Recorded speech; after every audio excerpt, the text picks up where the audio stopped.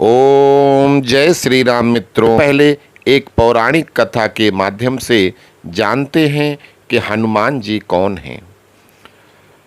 माता पार्वती जी ने एक बार शंकर जी को बोला कि हे भगवान, आपने अगर अपने इस भक्त को कैलाश पर आने से नहीं रोका तो किसी दिन मैं इसे अग्नि में भस्म कर दूंगी। यह जब भी आता है मैं बहुत असहज हो जाती हूँ। यह बात मुझे बिल्कुल भी पसंद नहीं है। आप इस रावण को समझा दीजिए कि यह कैलाश में प्रवेश न करे। भगवान शिव जानते थे कि पार्वती सिर्फ उनके वरदान की मर्यादा रखने के लिए रावण को कुछ नहीं कहती हैं। वो चुपचाप उठकर बाहर आकर देखते हैं रावण नंदी को परेशान कर रहा है। शिव जी को देखते ही वो हाथ जोड़कर प्रणाम करता है। प्रणाम महादेव। भगवान शिव बोले, आओ दशानन, कैसे आना हुआ?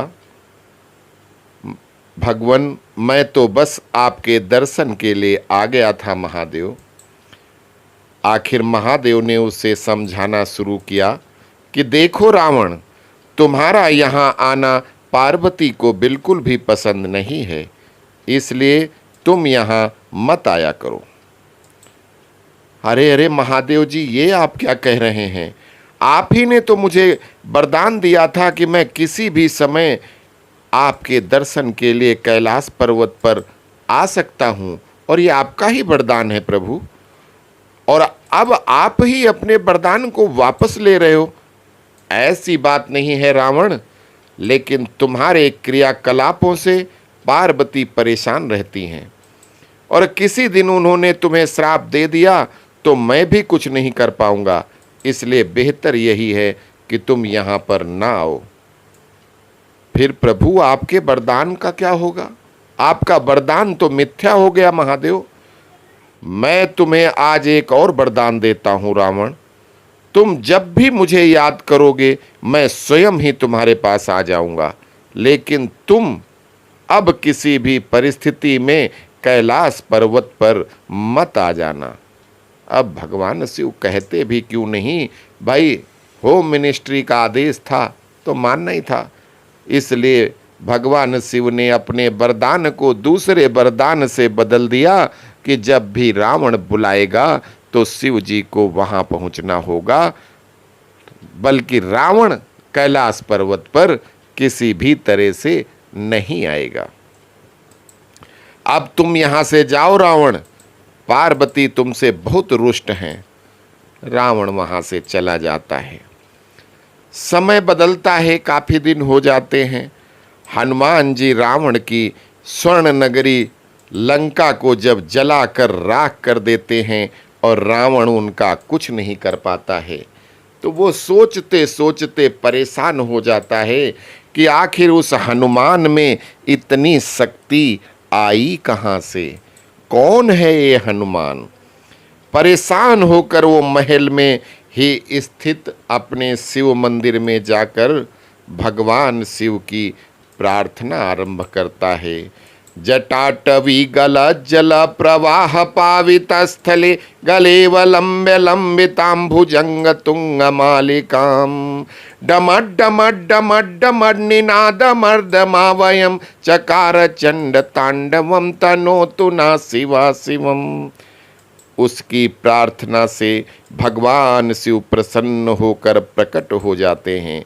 रावण अभिभूत होकर उनके चरणों में गिर पड़ता है। भगवान शिव कहते हैं, कहो दशानन, कैसे हो? आपको आज मेरी कैसे याद आ गई? रावण कहता है कि हे प्रभु, आप तो अंतर्यामी हैं महादेव, सब कुछ जानते हैं प्रभु। मेरे मन में बार बार एक ही प्रश्न आता है कि एक अकेले बंदर ने मेरी लंका को ऐसे जलाकर राख कर दिया। मेरा घमंड, मेरा मद, मेरा अहंकार सब नष्ट कर दिया। मुझे ये समझ में नहीं आता कि इसके एक बंदर के इतनी शक्ति कहाँ से आई। मैं जानना चाहता हूँ प्रभु कि ये बंदर जिसका नाम हनुमान है आखिर कौन है। और प्रभु उसकी पूंछ तो और भी ज्यादा शक्तिशाली थी। किस तरह सहजता से मेरी लंका को जला दिया, मुझे बताइए प्रभु कि ये हनुमान कौन है। भगवान शिव मुस्कुराते हुए रावण की बात सुनते रहते हैं और फिर बताते हैं कि रावण, ये हनुमान और कोई नहीं, मैं ही हूं। मैं ही रुद्र अवतार में हनुमान बन के आया हूं। विष्णु ने जब ये निश्चय किया कि वे पृथ्वी पर अवतार लेंगे और माता लक्ष्मी भी उनके साथ अवतरित होंगी, तो मेरी इच्छा हुई कि मैं भी उनकी लीलाओं का साक्षी बनूं। और जब मैंने अपना यह निश्चय पार्वती को बताया तो वो हट कर बैठी कि जब लक्ष्मी जी नीचे जा रही हैं, वो मानवी होकर लीलाएं करेंगी और वो अपने पति के साथ जा रही हैं, तो प्रभु मैं भी चलूंगी, मैं भी आपके साथ ही रहूंगी। भगवान शिव ने कहा कि हे पार्वती, मैं भगवान राम की सेवा के लिए जा रहा हूं और मैं इस जन्म में ब्रह्मचारी रहने की प्रतिज्ञा कर चुका हूं, तो फिर आप हमारे साथ कैसे रहोगी? और जब मैं उनका सेवक बन के रहूंगा तो आप कहाँ रहोगी? इसलिए भाई बात बनेगी नहीं। ये उनके समझ में नहीं आ रहा था कि माता पार्वती कैसे साथ में जाएंगी, कैसे उनको इस लीला का भागीदार बनाया जाए। तब फिर ब्रह्मा जी ने यह परामर्श दिया कि हे प्रभु, आप तो बंदर ही बन जाइए और शक्ति स्वरूपा पार्वती देवी आपकी पूंछ के रूप में आपके साथ रहें, तभी आप दोनों साथ रह सकते हो। और उसी अनुरूप फिर मैंने हनुमान के रूप में अवतार लिया, राम जी की सेवा का व्रत रख लिया और शक्ति रूपा पार्वती ने पूंछ के रूप में और उसी सेवा के फलस्वरूप तुम्हारी लंका का दहन किया। अब सुनो रावण, तुम्हारे उद्धार का समय आ चुका है, अतः श्री राम के हाथों तुम्हारा उद्धार होना निश्चित है। मेरा परामर्श है, मेरी सलाह है कि तुम युद्ध के लिए सबसे अंत में प्रस्तुत होना, जिससे कि तुम्हारा समस्त राक्षस परिवार भगवान श्री राम के हाथों से मोक्ष को प्राप्त करे और तुम सभी का उद्धार हो जाए।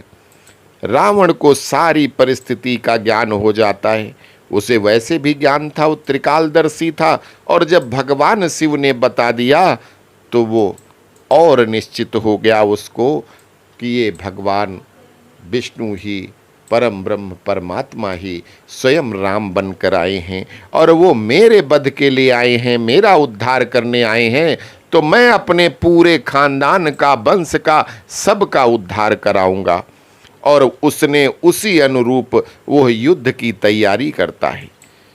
जब सारे उसके अपने 1 लाख पुत्र, 1.25 लाख नाती, भाई और भाइयों के बच्चे, दोस्त और पूरी राक्षस सेना, सब उद्धार सबका हो गया, सब मारे गए, मेघनाथ का वध हो गया, तब उसने और अपने त्रिकालदर्शी अपनी उससे देखा कि मेरे 2 पुत्र, त्यागे हुए 2 पुत्र और हैं, एक तो अहिरावण, दूसरा नारांतक।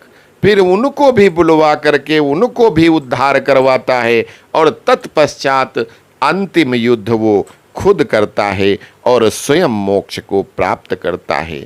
तो इस तरह से हनुमान जी कौन है और उनकी पूंछ कौन है?